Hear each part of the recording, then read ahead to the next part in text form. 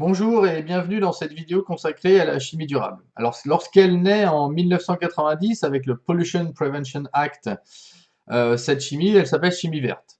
Et en 1991, d'ailleurs, l'Agence américaine pour la protection de l'environnement donne une définition qui nous dit que la chimie verte a pour but de concevoir des produits et des procédés chimiques permettant de réduire ou même d'éliminer l'utilisation et la synthèse de substances dangereuses. Alors, par substances dangereuses, évidemment, on entend danger physique, danger toxicologique ou même danger pour l'environnement.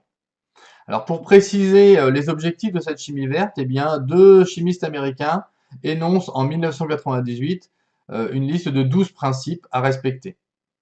Alors on va les voir, ces 12 principes. Le premier est évidemment la prévention, hein. Il vaut mieux réduire les déchets produits plutôt que d'investir pour les éliminer par la suite.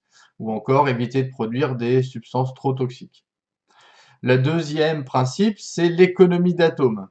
Alors, économie d'atomes, bien, ça veut dire que on va essayer d'utiliser tous les atomes présents dans les réactifs pour produire le produit désiré et pas autre chose. Alors, pour pouvoir comparer deux procédés, eh bien, on va pouvoir comparer à une valeur qu'on appelle l'utilisation atomique ou tout simplement l'économie d'atomes, que l'on va calculer comme étant la somme des masses molaires des produits désirés, ou du produit désiré s'il n'y en a qu'un, sur la somme des masses molaires des réactifs.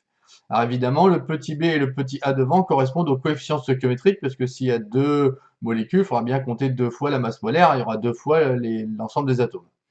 De la même façon, puisque la conservation des atomes dans une transformation chimique, eh bien, on peut remplacer en bas la somme de la masse molaire des réactifs par la somme de la masse molaire de tous les produits.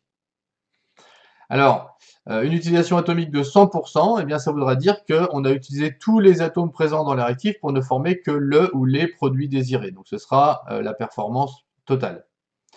Alors maintenant, on peut aussi calculer cette utilisation atomique ou cette économie d'atomes à partir des masses, si elles sont données évidemment.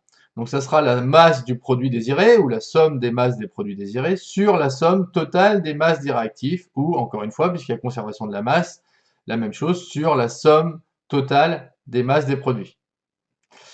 Alors, on utilise parfois aussi un autre facteur qu'on appelle le facteur de Sheldon, qu'on note grand E.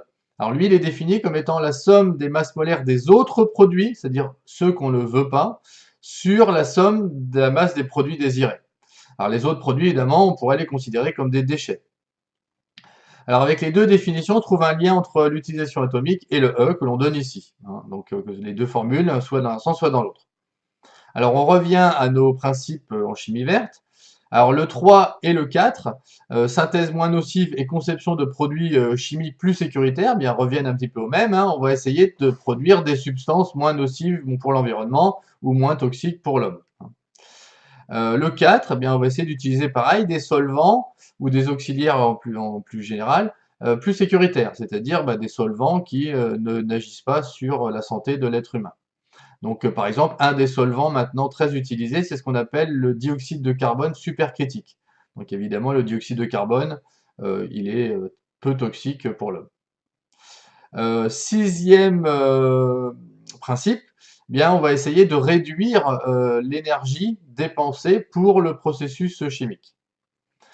Septième principe, utilisation de matières renouvelables plutôt que de matières non renouvelables. Donc on va essayer d'utiliser de moins en moins le pétrole, les gaz, etc.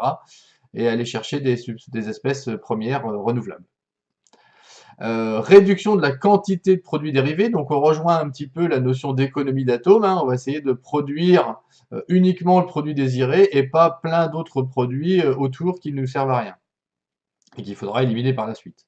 Neuvième principe, eh bien, on va utiliser des catalyseurs hein, plutôt que d'utiliser des excès de réactifs qu'il faudra éliminer par la suite.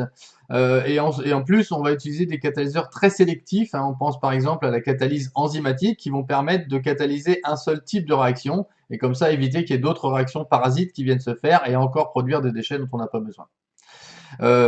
Principe numéro 10, conception de substances non persistantes. Alors on aurait pu dire biodégradables, hein. L'objectif c'est évidemment le recyclage des produits que l'on va fabriquer. S'il faut les éliminer par la suite, autant qu'ils s'éliminent le plus facilement et le plus tout seul possible. 11e principe, analyse en temps réel de la lutte contre la pollution. Alors évidemment, hein, contrôle de cette pollution en avant et après aussi en aval de la production.